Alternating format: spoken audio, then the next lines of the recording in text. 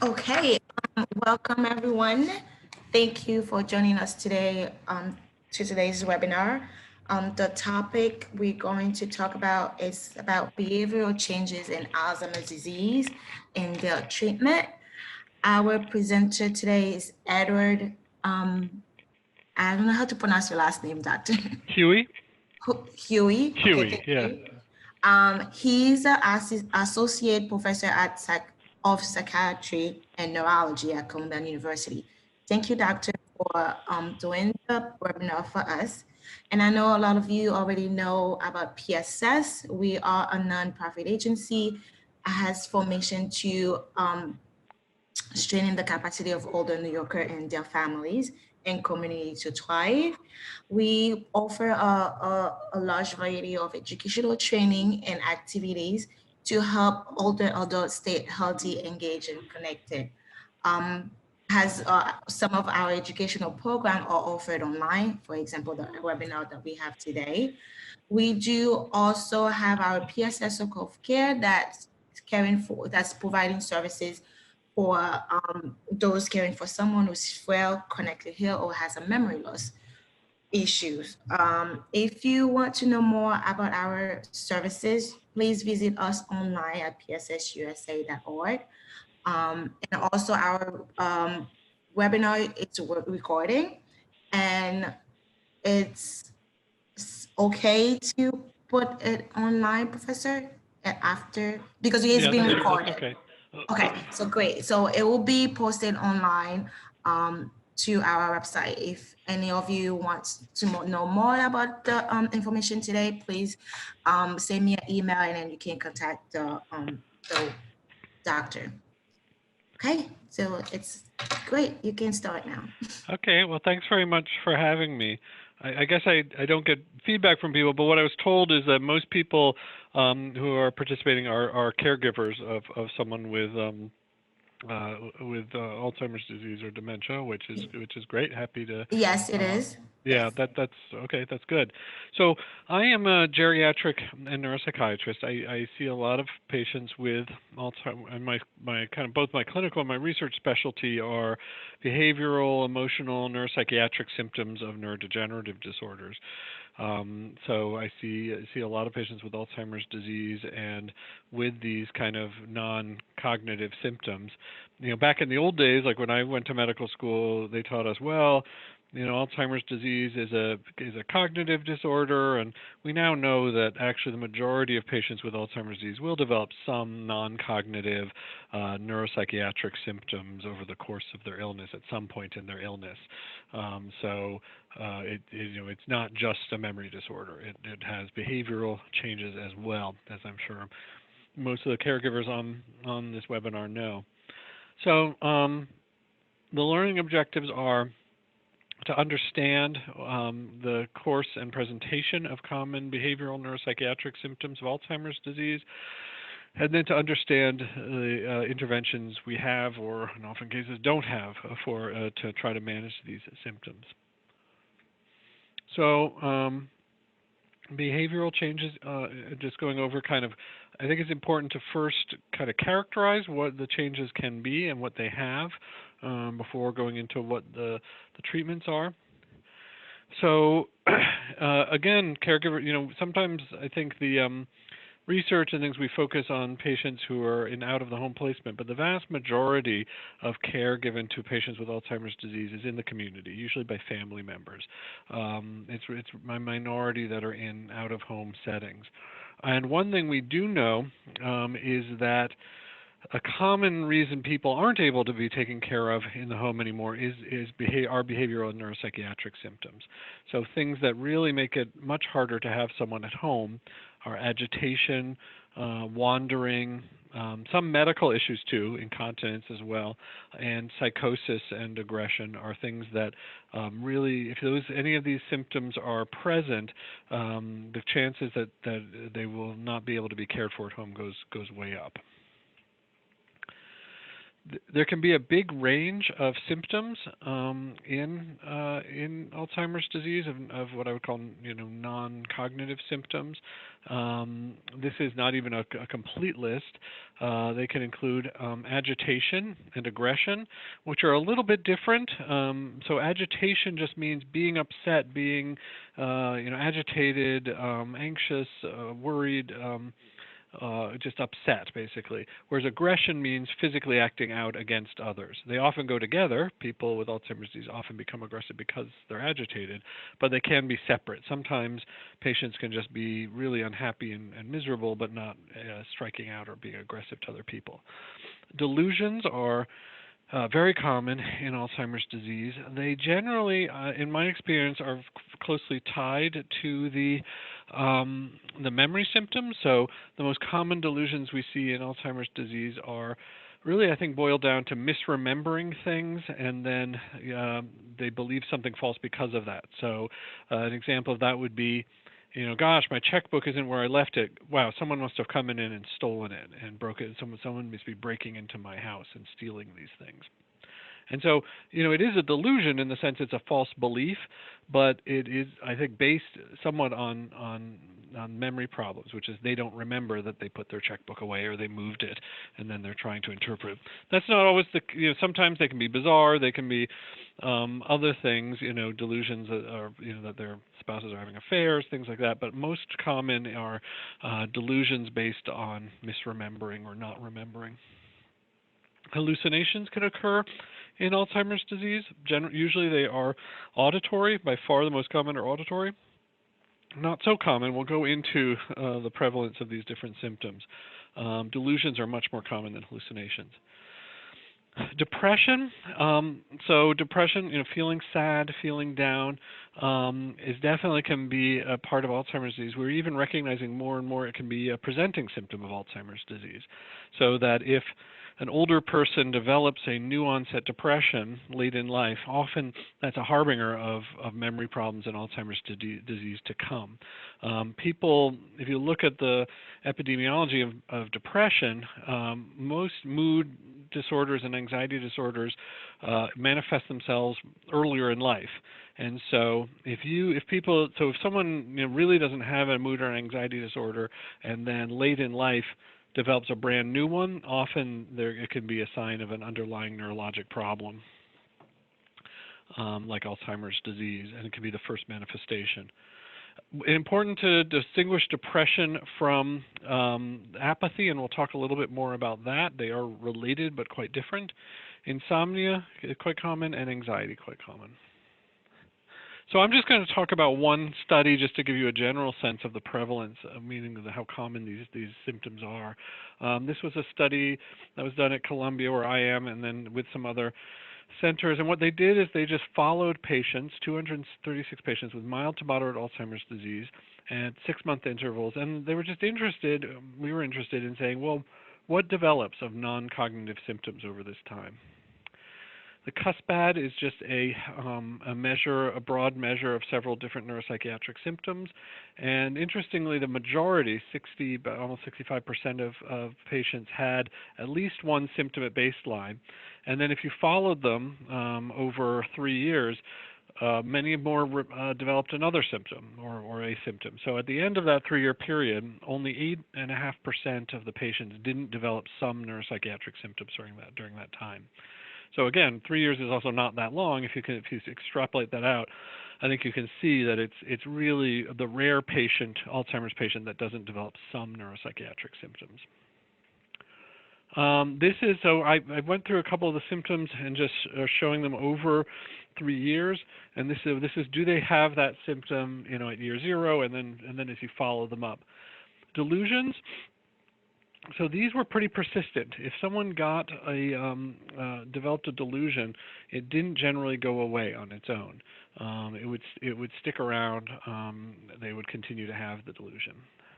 Similarly with hallucinations, as they developed, they again tended to persist. Similarly, also with agitation or wandering, quite common, you can see. So up to 50% of patients would have agitation or wandering. Physical aggression, less common than agitation, but still relatively common and often a very problematic symptom. That people, often get it wrong, but the number one, people think of places that are dangerous in the hospital. The actual number, the top cause of assaults is cognitively impaired patients who are agitated and confused on the ward and may strike out. Depressed mood, so that also can happen early in the course of the illness or really at any point. So just to summarize kind of where we are, what I've been talking about so far, most patients with Alzheimer's will develop neuropsychiatric symptoms. They are much more likely to lead to out-of-home placement. Agitation is common. Aggression is less common in mild stages, but it's more common as the disease progresses and is more severe. Paranoid delusions, hallucinations, depressed mood can persist during mild to moderate stages of the disease. Very depressed mood, actually, with the vegetative sides, so full kind of what we think of like a young person would have major depressive disorder. Usually, people with Alzheimer's disease will get kind of a piece of it, but they won't look exactly the same as a young person. And these findings are pretty consistent across both institutional and community samples. So summary, Alzheimer's disease is a neuropsychiatric as well as cognitive disorder, and these symptoms develop and change over time. My personal experience with something like a depression is that sometimes or not just depression, but neuropsychiatric symptoms in general can sometimes actually improve over time. So patients may be very depressed at one point, but then as the disease progresses, they're less depressed, maybe more agitated at some point, and then become less agitated over time. This is one way in which the neuropsychiatric symptoms are different from the cognitive symptoms. We usually don't think of memory or the other cognitive symptoms of Alzheimer's disease as ever getting better over time. They generally progressive and getting worse. But sometimes caregivers will say, well, they were more agitated, more aggressive. Now they are less. So moving on to treatment. So treatment for agitation psychosis. This is again just some epidemiologic data of agitation, a different study, but pretty similar to the other one, that 11% of patients, MCI stands for mild cognitive impairment, so that means people don't have full-blown dementia, but they have mild cognitive changes. 11% goes up to 30% in dementia. One thing I always stress to caregivers is that non-pharmacologic treatment is really very important. I think that a lot of times, treatment failures are sometimes one cause of treatment failure. Sometimes is focusing just on the pharmacologic and kind of expecting that to fix everything. But as I'll show you, it doesn't.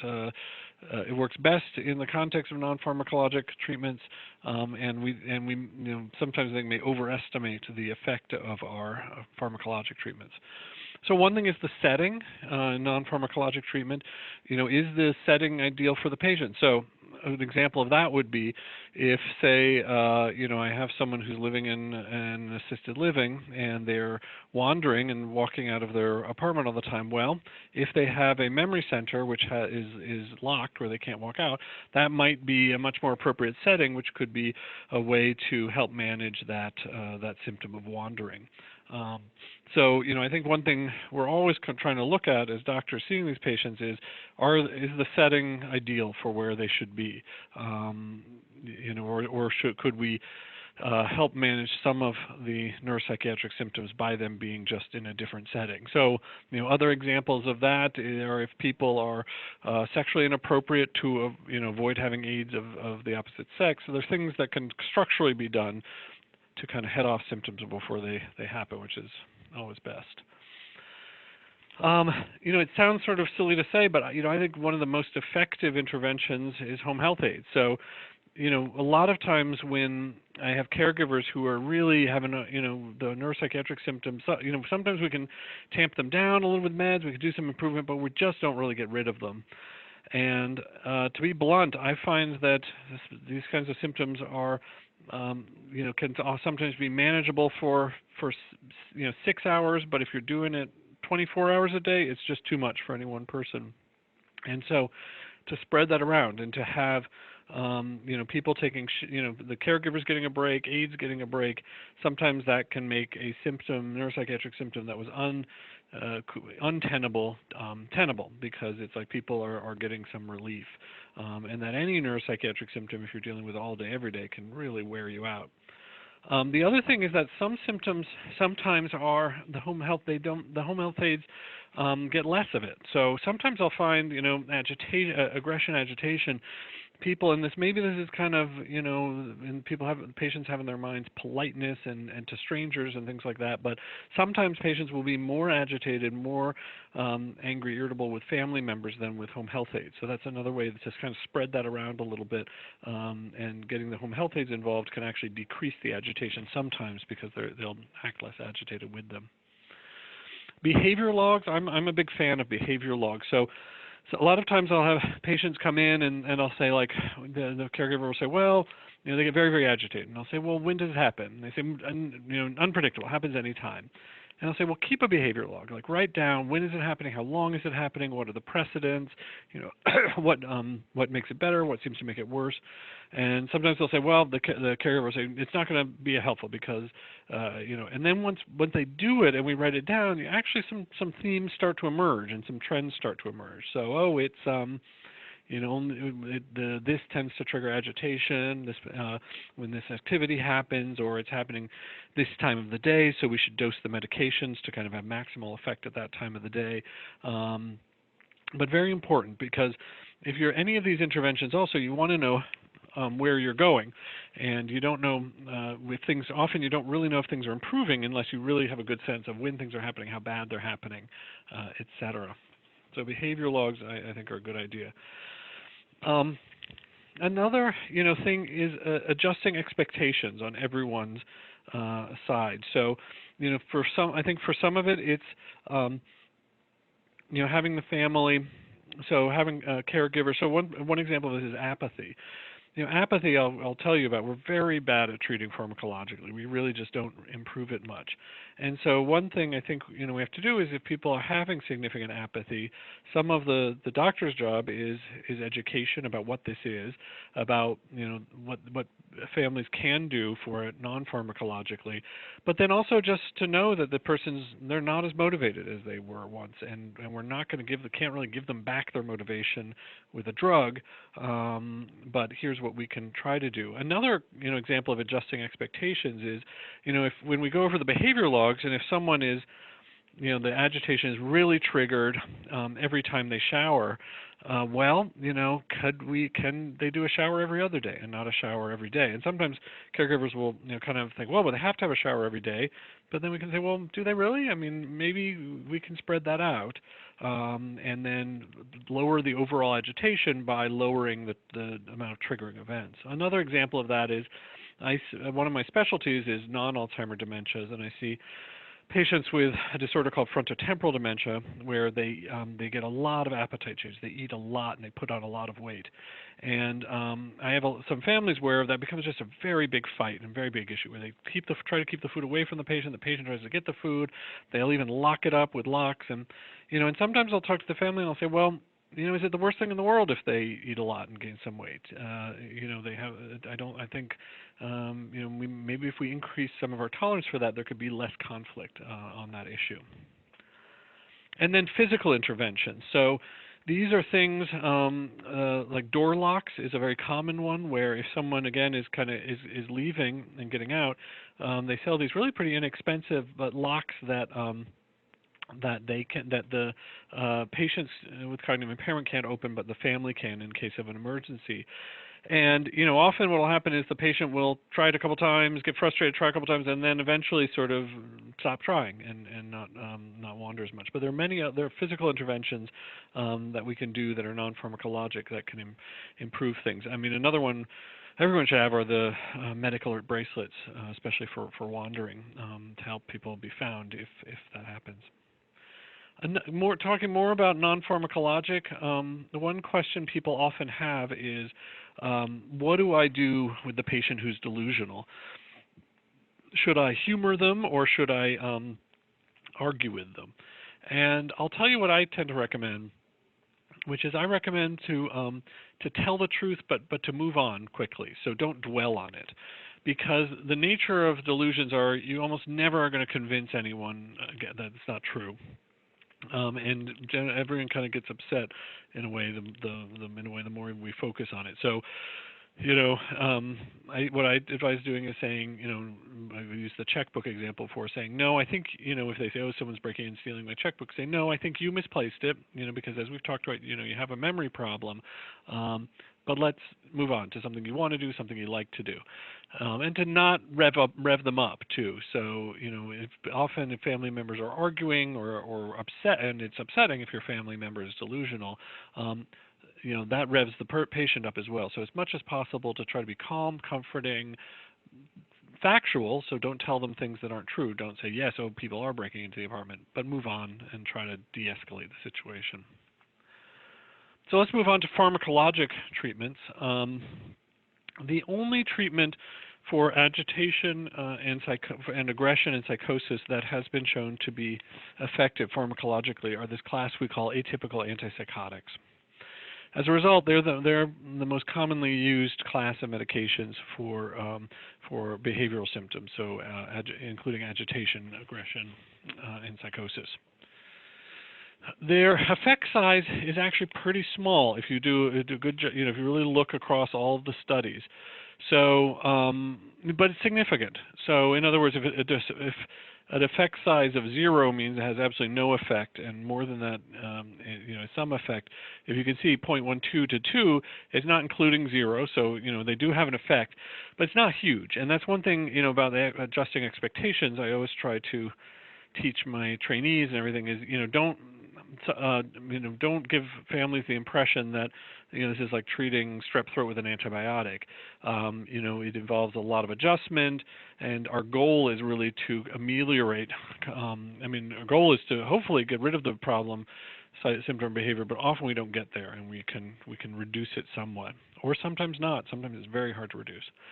So these medications have gotten one of the issues with them is that people have done a large analysis of patients with dementia put on them, and patients with dementia on atypical antipsychotics have a higher risk of death than those not on them. It's a little unclear what that risk is. So some of it appears to be that that people on these medications can be a little more sedated and can be at risk then for aspirating and developing an aspiration pneumonia. There does appear to be, though, an increased risk for cardiovascular events too, heart attack, stroke. It is as you can see again what it says 95% confidence interval. That's how much of a risk these people are on, and you can see that includes 1, that's non-significant, but it's a little above 1 to 2 times. So they do have an increase. The OR stands for odds ratio of death. It's not that much. So number needed to harm is a term, kind of a statistic we use in medicine. And what that means is how many patients, if you treat patients with atypical antipsychotics, how often will this clinical be an issue at all? And it's about 87. So most patients, the vast majority of patients treated with atypical antipsychotics, this won't even be an issue. But I think it's worth bringing up with families because it is there, and there is a black box warning. And the larger issue or kind of lesson from this, meaning that these medications don't alter the course of the illness. They're not preventing anything progressing in Alzheimer's disease or anything like that. They're purely symptomatic treatments. So we should always be assessing whether we need them. So always using the minimal amount we need and taking them off as quickly as we can. And I think one of the things out of this finding in this literature was, we shouldn't just be putting people on these medicines forever and then forgetting about it, because sometimes they don't need them anymore. Obviously, if we reduce them later, take them off, people are at risk for becoming agitated psychotic again. But there are many different atypical antipsychotics. The efficacy is not so different between them. So often we pick them based on other basically side effects. So, for example, Seroquel or quetiapine is commonly used. It tends to be a little more sedating than some of the other ones. And so you might, as a doctor, one might want to pick that one if you have someone who is having, say, agitation with a lot of trouble sleeping, that they're up. Whereas if someone is having agitation or problems but is hypersomnolent, sleeping all day, you probably don't want to put them on that one. But we're picking them mostly based on the other potential effects of the medications. This, don't want to. You may not get too. I don't want to get too much into the weeds here about the dosages. This is a slide I give more to physicians about the different medications, risperidone, quetiapine. The kind of message both for, but just for that applies both to doctors and to caregivers. I think with this last slide though is the range we use of these medications is lower than we use in young people. So we use these medications for a couple different indications in young people. The one of the main ones being schizophrenia, or which is psychosis, with delusions and hallucinations that affect young people. Now, when we use these medications in schizophrenia, we use doses that are much higher, or can use doses that are much higher. So, risperidone here, I'm giving you the dose range in Alzheimer's disease as 0.5 to 2.5. With schizophrenia, you can get up to 8. Quetiapine, you can get up to 800 in young people. The point of this slide is that we do have some evidence that not only is that dangerous because of side effects for older people, it's really not more efficacious. So that when you get above the ranges I've put here, you're really not getting much more bang for your buck. And probably you should switch to a different agent. So when you get up to, and this is what I teach my fellows and residents, when you get up to 2.5 of risperidone, instead of going up to 3, 4, you're probably just going to get nonspecific side effects to switch to something else at that point. We haven't had a new medication for a long time. This is one new one called pimavanserin, which has been approved for psychosis associated with Parkinson's disease and Lewy body. We're just starting to get evidence in it. I don't want to spend too long on it, but it's one of the first new medications we've had for a long time. I'm going to skip this too. So other medications for agitation. So sometimes people will use antidepressants. So the advantage of antidepressants is they tend to be pretty safe and well tolerated. So they don't really negatively affect cognition that much. They don't have this the increased risk of death that the atypical antipsychotics. But the problem is they're not generally very efficacious against things like agitation, aggression, psychosis.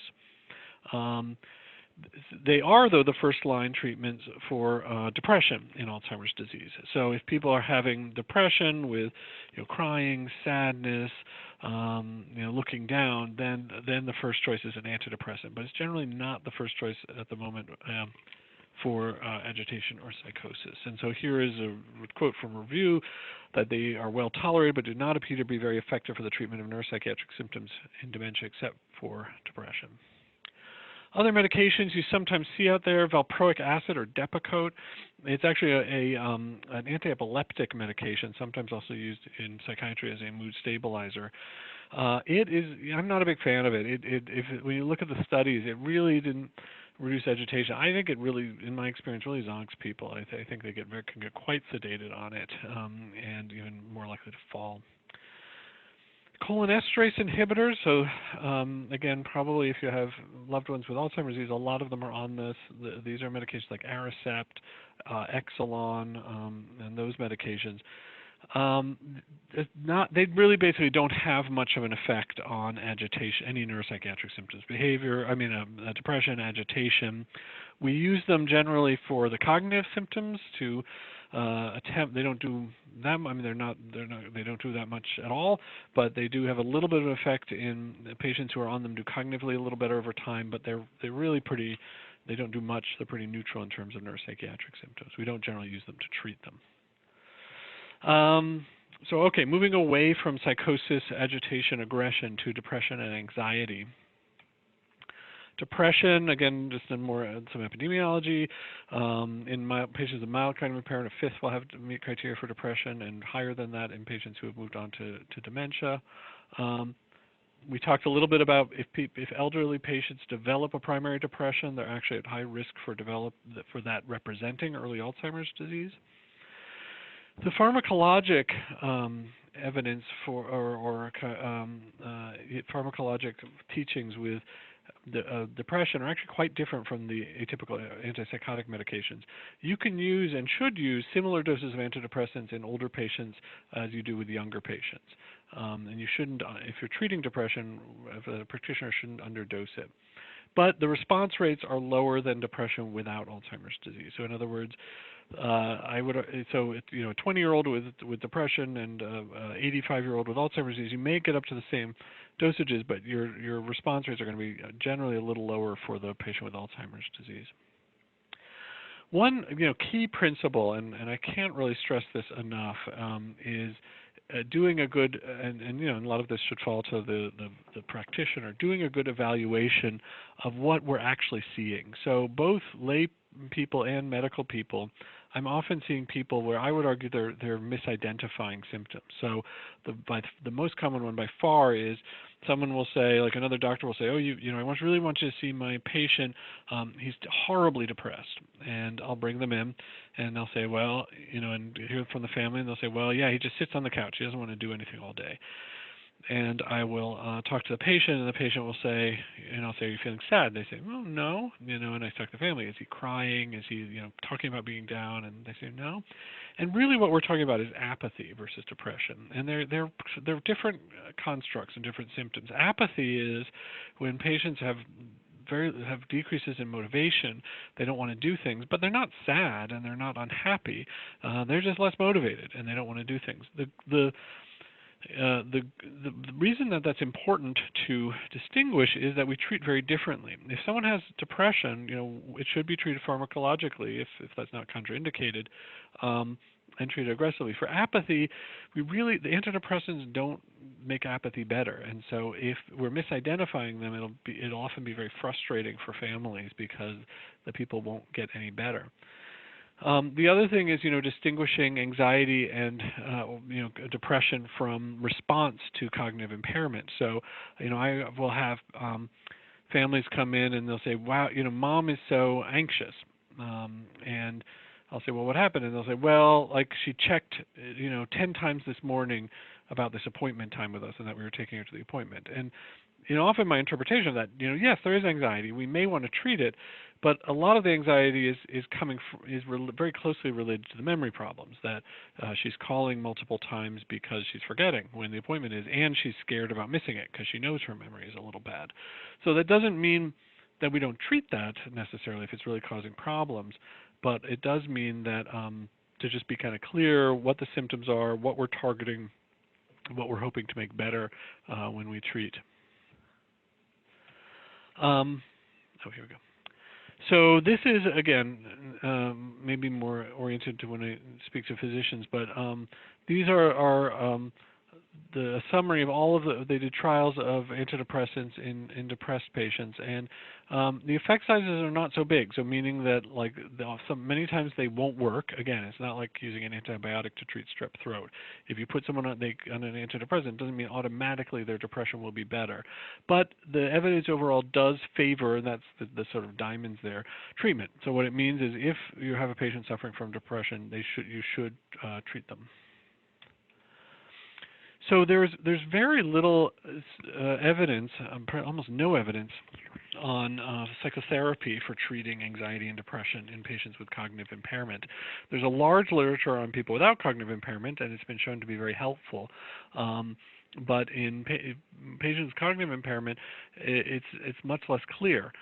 Psychotherapy is based somewhat on remembering and learning from previous psychotherapy sessions, and so it can be hard for people who are quite cognitively impaired to benefit from that. So we just don't, my kind of gut feeling is that patients who have mild cognitive impairment, can benefit from it. When people get more serious cognitive impairment, I think psychotherapy becomes less valuable. Now, that's individual psychotherapy for the patient. There are also therapies with caregivers, basically focusing on education, coping skills, reducing burden. I think those can be helpful. They're not very common. It's hard to find them, but that can be helpful.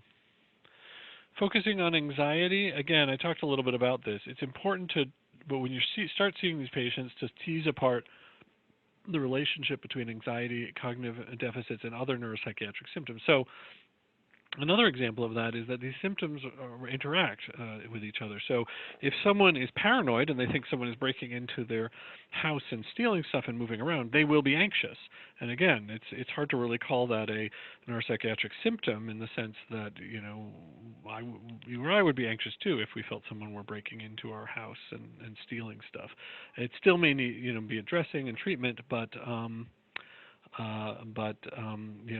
that we would consider as kind of really coming more primarily from the psychosis. Another thing to be aware of is that anxiety can affect, when we do our cognitive testing, sometimes the results can be skewed if patients are very anxious, and so it does impact the diagnosis somewhat. Anxiety treatment, non-pharmacologic treatment, so reassurance, reorientation, calendars, clocks, things to remind them of the time. Aids to, especially people with mild cognitive issues, when they should take their meds, what appointments they have, things like that, to take some of that anxiety away. Pharmacologic treatments, the medicines I went over before that we call antidepressants, they also are anti-anxiety agents.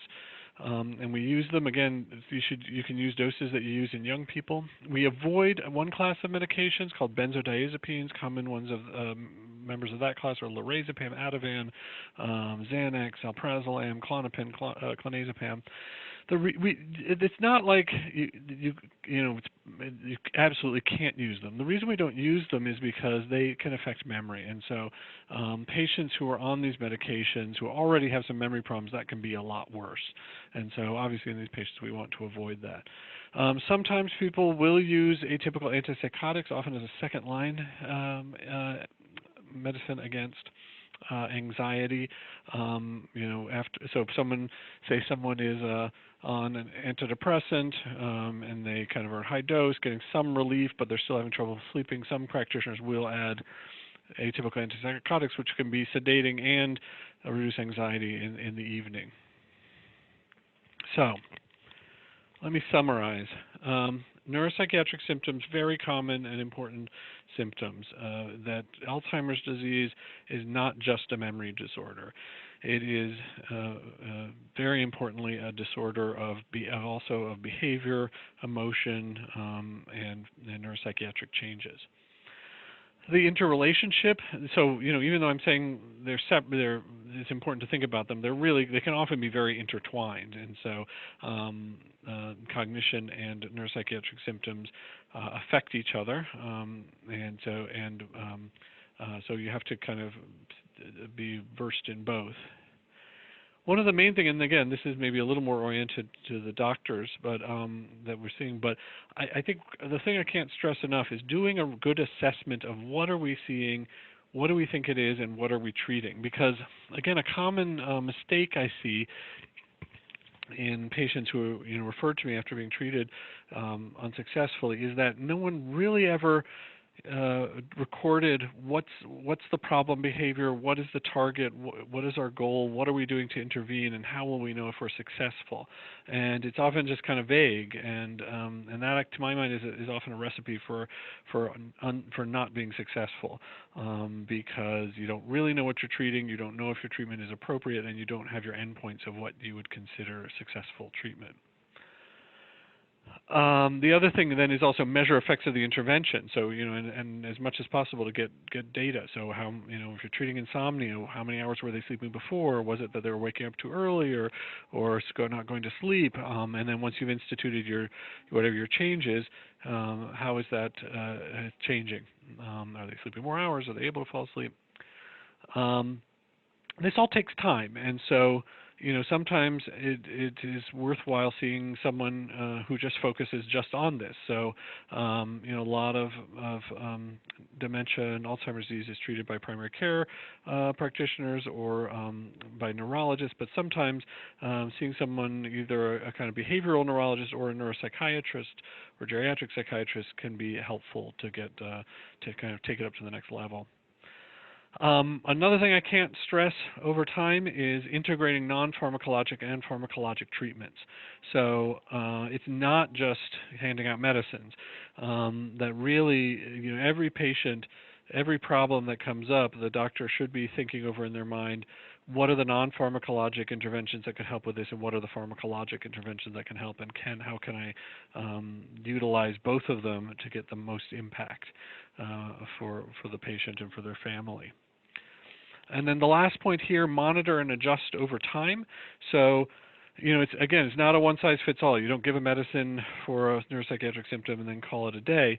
We should always be thinking, do they still need this? Can I take it off? Does it need to go up? Does it need to change? So, for example, if you treat someone with mild Alzheimer's disease and they have agitation, and let's say you're successful, maybe a couple of years later you want to say, well, let's try tapering this off because the patient is not agitated, but we don't know if we need it anymore. We should never be exposing them to medications that they don't need if we can avoid it. At the same time, that's a talk with the family, because the downside of that is symptoms can come back sometimes if you stop the treatment. So that's kind of the end of the didactic part. This last slide is just for a plug for our research program, where we're very interested in these symptoms, and we're very interested in learning more about them, learning about the biology of them, how they manifest themselves. And so we have a research program here at Columbia where we bring people in to evaluate, and we do imaging and do pretty extensive neuropsychiatric measures, with the goal of increasing our knowledge about these disorders. Because I think you can tell even from my presentation, there are big gaps we don't know about the best ways to understand and treat these disorders. So I don't know if able to take questions or anything. Thank you, Doctor. I don't have any questions so far, but if anybody has any question, please put it on the Q&A box, because we cannot, for some reason we can't able to speak, but if okay. Question, they can add in a Q&A box. Somebody just mentioned that they're not a caregiver, but they are interested in hearing about the research. So yes, we do have a lot of clients or people that are interested about learning more and have the information. So it's great to participate. And then whoever is not online with us right now, if you know of anybody that might be interested of learning, and please let them know that the recording will be posted online and they can go back and view it and listen to it. And then go ahead. Any questions about whether someone, the number and the email is there. We're happy to talk with people. Yeah. Oh, yes. And we encourage everybody to contact you. Yes. And then participate also in the research. That way we can probably find more information about it and can help people. Yeah. The goal of the research, we want to learn more about what brain areas are affected and things like that, and with the goal of making better treatment. So all of the treatments I showed to you are basically, with a couple exceptions, are 50 years old. They really, the principles have not changed at all. And with our research group in here at Columbia, we'd like to change that. We'd like to really get better at improving these disorders. And so that's the goal of the research. Yeah, I think it's very important too. Yeah. Well, yeah, these symptoms, as I know, if they're caregivers on the line, can be just really awful for people. And the other thing, can be it's often awful for patients. And sometimes, a lot of times, we're treating, if they're striking out, that's hard for aides, that's hard for caregivers. But a lot of times, we're treating just because it's the patient's miserable, and we really don't want them to be suffering. We want them to be, not upset and anxious, and so yeah. Yes. When I was watching, I see a lot of information for the caregivers. So we Yeah. do help a lot of caregivers that they need to know what's going on with their loved one and Yep. how can they help them. And then the information is very useful. Um, so we would definitely gonna share it with more of us of our caregiver that we have.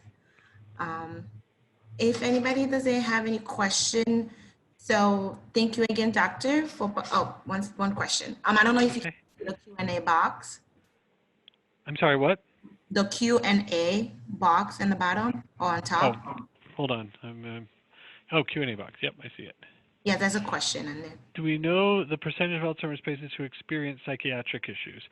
Yeah, so I had some of that at the beginning of the talk, and the vast majority. It matters what we consider. If you're very broad in what you consider a psychiatric symptom, so if you include appetite changes, sleep changes, any depression, any decrease in motivation, anxiety, agitation, the vast majority of Alzheimer's patients will at some point in their illness have at least one of those symptoms. Like pretty much 85-90% of patients will. So quite common. That doesn't mean every patient's having something at every time. Sometimes they won't have a symptom for a while, or it comes or it goes. But psychiatric symptoms are very, very common in Alzheimer's disease. And There's then another one question question. says, "What can you speak to me as the patient?" Yeah, this was kind of the presentation I gave was kind of was more caregiver doctor oriented. I agree. I think that obviously the patient, is the key person in all of this. And I think I advocate involving them in everything. So, I don't think, sometimes, and actually sometimes family members don't like that as much as I do. They kind of want to,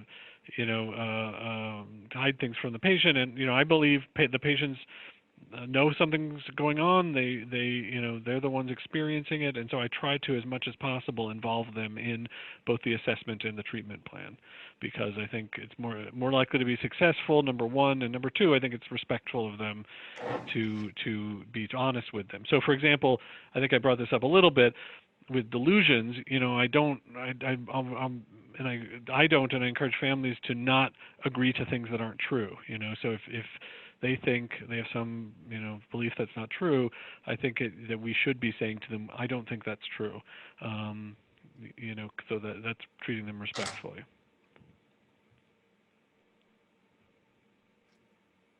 Okay. Any additional questions? Great. So if anybody has any additional question, please you can reach out to the doctor directly. The 212 number is a number that they can reach out to you, doctor. Yeah, so that's my research team. Okay. Most are main, if people are interested in doing the studies, often if people have very, clinically based questions, I know from experience that can be hard for me to address, but just because I haven't evaluated if they're not my patient, I'm very limited in kind of the advice I can give and things like that. But they can contact us. Okay, great. And also, if you have any question regarding our services for PSS, please reach out to us, and you can learn more on pss.org. One more question. One more question. Okay. What do you know about Lexapro? So Lexapro is an antidepressant. That's the brand name. The generic name is S-citalopram. It's, I didn't go through the different antidepressants. There are many of them. That's a pretty commonly prescribed one. They're not big differences in efficacy between them. So Lexapro versus sertraline versus versus fluoxetine. We don't generally think that one of them works always better than the other. Again, a little bit like when I went over the antipsychotics, we picked them somewhat based on side effects. But people are idiosyncratic, so sometimes people will respond to one but not to another. But that is a commonly used one for several reasons. But it's again, it's not superior, it's not worse than the other ones. But antidepressant. So people would generally use it for depressive symptoms or irritability. yeah, not as much for agitation and aggression and psychosis.